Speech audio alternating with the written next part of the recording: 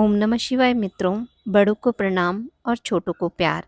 हिंदू पंचांग के अनुसार प्रत्येक वर्ष भाद्रपद मास के शुक्ल पक्ष की सप्तमी के दिन संतान सप्तमी का व्रत रखा जाता है।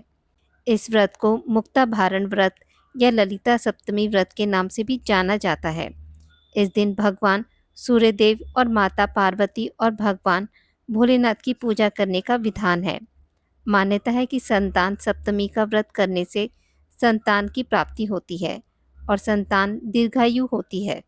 ऐसी मान्यता है कि संतान सप्तमी के दिन पुत्रवती महिलाएं अपने पुत्रों की मंगल कामना के लिए, उनकी सुख समृद्धि के लिए और उनकी उन्नति के लिए भगवान विष्णु, भगवान शिव व माता पार्वती का पूजन करती हैं।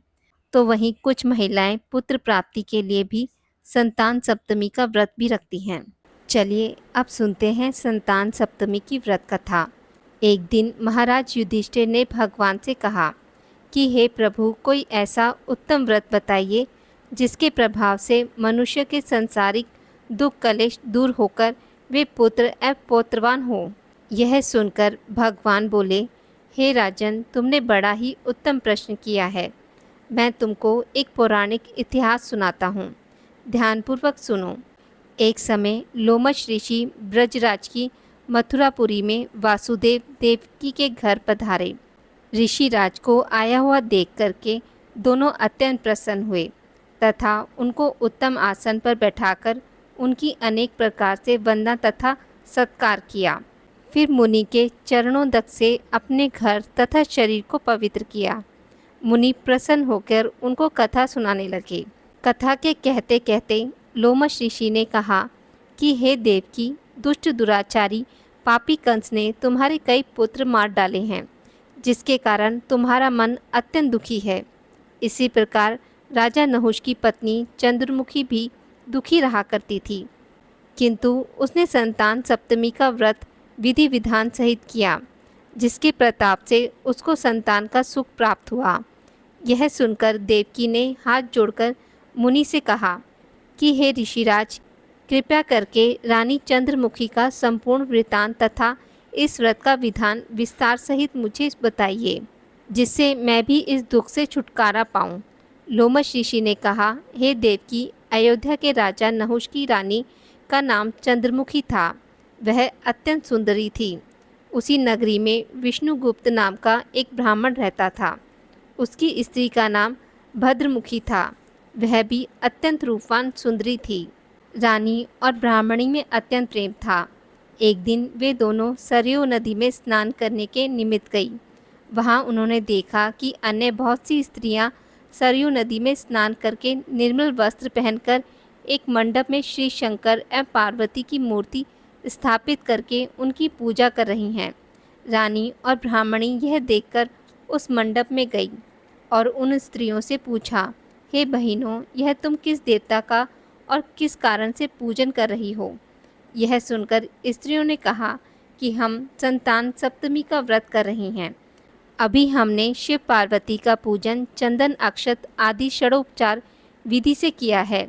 यह सब इसी पुनीत व्रत का विधान है। यह सुनकर रानी और ब्राह्मणी ने भी इस व्रत के करने का मन ही मन संकल्प किया और घर वापस लौट आई। ब्राह्मणी भद्रमुखी तो इस व्रत को नियम पूर्वक करती रही, किंतु रानी राजमत के कारण कभी इस व्रत को करती, कभी भूल जाती। कुछ समय के बाद वे दोनों भी मर गई। दूसरे जन्म में रानी ने बंदरिया और ब्राह्मणी ने मुर्गी की योनि पाई। इधर ब्राह्मणी मुर्गी की योनि में भी कुछ भी नहीं भूली और भगवान शंकर तथा पार्वती जी का ध्यान करती रही। उधर रानी बंदरिया की योनि में थी तो रानी सब कुछ भूल गई।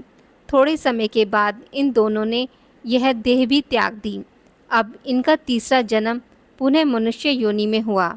उस ब्राह्मणी ने तो एक ब्राह्मण के यहाँ कन्या के रूप में जन्म लिया तथा रानी को एक राजा के यहाँ राजकन्या के रूप में जन्म मिला। उस ब्राह्मण कन्या का नाम भूषणा देवी रखा गया तथा विवाह योग्य होने पर उसका विवाह गोकुल निवासी अग्निभील नामक एक ब्राह्मण से कर दिया गया। भूषणा देवी इतनी सुंदर थी कि वह आभूषण रहित होते हुए भी अत्यंत सुंदर लगती थी कि कामदेव की पत्नी रति भी उसके सम्मुख लज जाती थी। भूषणा देवी के अत्यंत सुंदर सर्वगुण संपन्न चंद्रमा के समान धर्मवीर कर्मनिष्ठ सुनील स्वभाव वाले 8 पुत्र उत्पन्न हुए। यह शिव के व्रत का पुनीत फल था। दूसरी ओर शिव विमुख रानी के गर्भ से कोई पुत्र नहीं हुआ और वह निसंतान दुखी रहने लगी।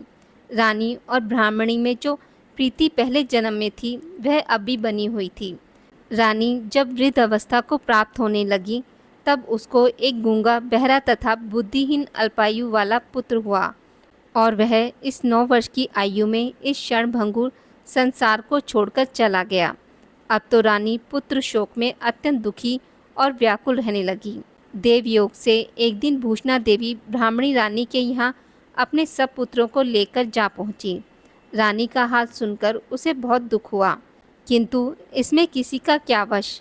कर्म और प्रारब्ध के लिखे को स्वयं ब्रह्मा भी नहीं टाल सकते। रानी कर्मचयुक्त भी थी, इसी कारण उसे यह दुख देखना पड़ा।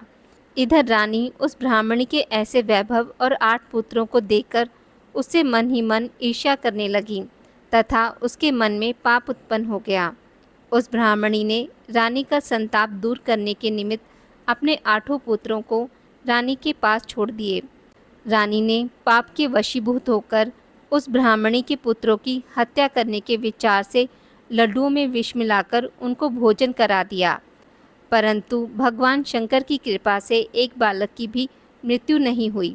यह देखकर तो रानी अत्यंत आश्चर्यचकित हो गई और इस रहस्य का पता लगाने की मन में ठान ली।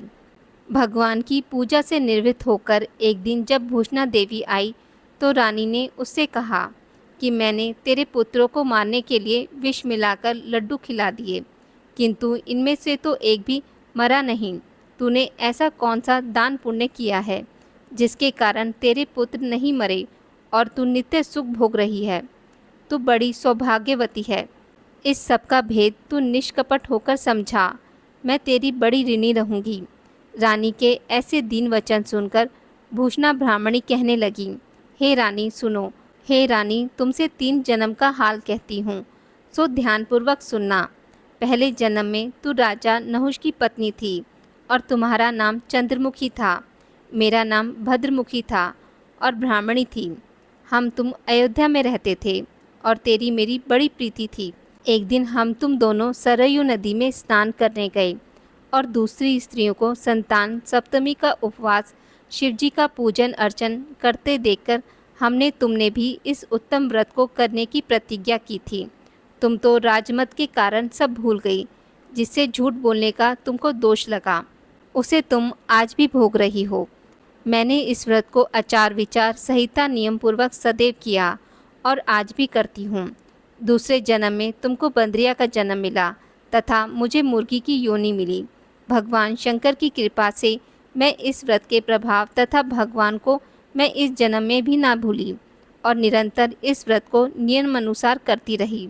तुम अपने इस संकल्प को इस जन्म में भी भूल गई। मैं तो समझती हूँ कि तुम्हारे ऊपर जो भारी संकट है उसका एकमात्र यही कारण है और दूसरा कोई कारण नहीं हो सकता। इसलिए मैं कहती हूँ कि तुम अब भी इस संतान सप्तमी के व्रत को नियम से करो तो कदाचित तुम्हारा संकट दूर हो जाएगा। लोमश ऋषि ने कहा कि हे देवी, भूषणा देवी के मुख से अपने पूर्व जन्म की कथा तथा व्रत के संकल्प की बात सुनकर रानी को भी पुरानी बातें याद आ गईं और वह पश्चाताप करने लगी। अब रानी भूषणा देवी के चरणों में पड़ क्षमा याचना करने लगी और भगवान शंकर पार्वती की अपार महिमा के गीत गाने लगी। उसी दिन से रानी ने नियम अनुसार संतान सप्तमी का व्रत किया, जिसके प्रभाव से रानी को संतान सुख भी मिला तथा संपूर्ण सुख भोगकर वह रानी शिवलोक को गई। भगवान शंकर के व्रत का ऐसा प्रभाव है कि पथभ्रष्ट मनुष्य भी अपने पथ पर अग्रसर हो जाता है और अंत में ऐश्वर्य भोगकर मोक्ष को पाता है। लोमश ऋषि ने आगे कहा कि हे देवकी, इसलिए मैं तुमसे कहता हूँ कि इस व्रत को करने का दृढ़ संकल्प अपने मन में करो, तुमको भी अब संतान सुख प्राप्त होगा। इतनी कथा सुनकर देवकी हाथ जोड़कर लोमश ऋषि से कहने लगी, हे ऋषिराज, इस पुनीत व्रत को अवश्य करूँगी, किंतु आप इस कल्याणकारी एवं संतान सुख देने वाले व्रत का विधान नियम विधि आदि विस्तार से समझाइए। यह सुनकर ऋषि बोले, हे देवकी, यह पुनीत व्रत भादों के महीने की शुक्ल पक्ष की सप्तमी के दिन किया जाता है। उस दिन ब्रह्म मुहूर्त में उठकर किसी नदी अथवा कुएं के पवित्र जल में स्नान करके निर्मल वस्त्र पहनने चाहिए। श्री शंकर भगवान तथा जगदम्बा पार्वती जी की मूर्ति की स्थापना करें। इन प्रतिमाओं के सम्मुख सोने चांदी के तारों का अथवा रेशम का एक गंडा बनावें। उस गंडे में 7 गांठें लगानी चाहिए।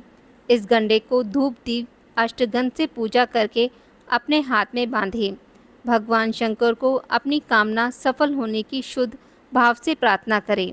तदंतर मीठे पुआ बनाकर भगवान को 7 पौओं का भोग लगावें और साथ ही पुआ एवं यथाशक्ति सोने अथवा चांदी की एक अंगूठी बनवाकर इन सबको एक तांबे के पात्र में रखकर और उनका षडोपचार विधि से पूजन करके किसी सदाचारी, धर्मनिष्ठ, कर्मनिष्ठ सतपात्र ब्राह्मण को दान में दे देवें। उसके पश्चात 7 पुआ स्वयं प्रसाद के रूप में ग्रहण करें। इस प्रकार व्रत का पारण करना चाहिए। प्रति मास की शुक्ल पक्ष की सप्तमी के दिन हे देवकी, इस व्रत को इस प्रकार नियम पूर्वक करने से समस्त पाप नष्ट होते हैं और भाग्यशाली संतान उत्पन्न होती है। अंत में उसे शिवलोक की प्राप्ति होती है। हे देवकी, मैंने तुमको संतान सप्तमी का व्रत संपूर्ण विधान विस्तार सहित वर्णन कर दिया है। इसको अब तुम नियम पूर्वक करो, जिससे तुमको उत्तम पूर्ण आयु संतान प्राप्त होगी। इतनी कथा कहकर भगवान आनंदकंद श्री कृष्ण ने धर्म अवतार युधिष्ठिर से कहा कि श्री लोमश ऋषि इस प्रकार हमारी माता को शिक्षा देकर चले गए। ऋषि के कथा अनुसार हमारी माता देवकी ने इस व्रत को नियम अनुसार किया, जिसके प्रभाव से हम उत्पन्न हुए। यह व्रत विशेष रूप से स्त्रियों के लिए तो कल्याणकारी है ही, परंतु पुरुषों को भी समान रूप से कल्याणदायक है। संतान सुख देने वाला, पापों को नाश करने वाला यह उत्तम व्रत है, जिसे स्वयं भी करें और मनोकामना पूर्ण होने पर दूसरों से भी करवावें। नियम पूर्वक जो कोई इस व्रत को करता है और भगवान शंकर एवं पार्वती की सच्चे मन से आराधना करता है, वह निश्चय ही अमर यश प्राप्त करके अंत में शिवलोक को प्राप्त होता है। तो प्रेम से बोलिए भगवान शिव शंकर की जय, माता पार्वती की जय। आज की इस वीडियो में बस इतना ही। मित्रों, अगर आपको मेरी वीडियोस पसंद आती हैं तो उसे लाइक और शेयर ज़रूर करें और पूजा पाठ से जुड़ी जानकारी के लिए मेरे चैनल को सब्सक्राइब करना ना भूलें। धन्यवाद।